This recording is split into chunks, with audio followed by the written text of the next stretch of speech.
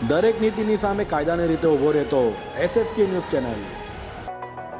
સુરત પ્લોટના રૂપિયા લઈને 18 વર્ષથી ફાળવણી ન કરનાર ઓર્ગેનાઇઝર સામે લોકોએ ધરણા શરૂ કર્યા છે। સુરતમાં લોકોનો વિશ્વાસ જીતીને 18 વર્ષ અગાઉ પ્લોટનું વેચાણ કરી ફાળવણી ન કરનાર ઓર્ગેનાઇઝર સામે લોકોએ ધરણા શરૂ કર્યા છે।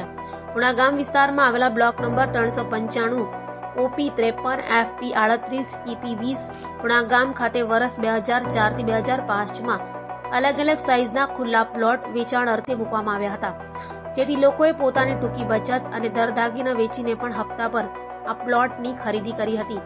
જોકે ત્યારબાદ અલગ અલગ બહાના ધરીને ઓર્ગેનાઇઝર દ્વારા લોકોને પ્લોટ તેમના ખાતે કરવામાં આવતા નહોતા, જેથી લોકોએ આખરે કંટાળીને અનેક અરજીઓ અને ફરિયાદો બાદ આંદોલનનો માર્ગ અપનાવ્યો છે।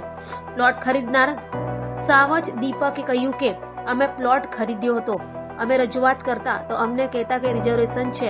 અમે પ્લોટ ધીરુ સોજિત્રા, ભનુરામજી લોકાવાળા, ડાયાભાઈ, હિંમતભાઈ, લાખાભાઈ વાડલિયા, ઘનશ્યામભાઈ પીપળિયા સહિતના ઓર્ગેનાઇઝર પાસેથી પ્લોટ ખરીદ્યા હતા, પરંતુ અમે જ્યારે કબજો લેવા જતા ત્યારે 73 સહિતના અલગ અલગ બહાના કાઢીને જગ્યા આપવામાં આવી નહોતી। અમે અમારી બચત સહિતના રૂપિયા આમાં લગાવી દીધા હતા, પરંતુ અમારી સાથે છેતરપિંડી થઈ હોવાનું સામે આવતા અલગ અલગ ફરિયાદો બાદ ગાંધી ચિંધ્યા માર્ગે આંદોલન પર ઉતર્યા છીએ।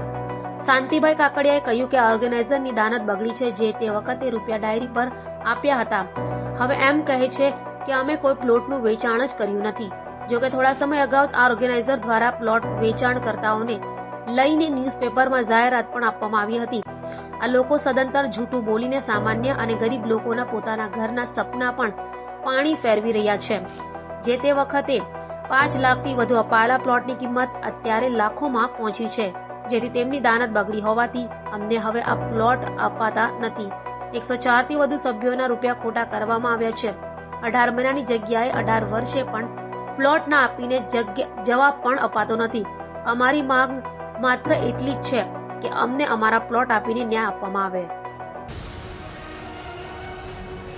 દરેક નીતિની સામે કાયદાની રીતે ઊભો રહેતો SSK ન્યૂઝ ચેનલ।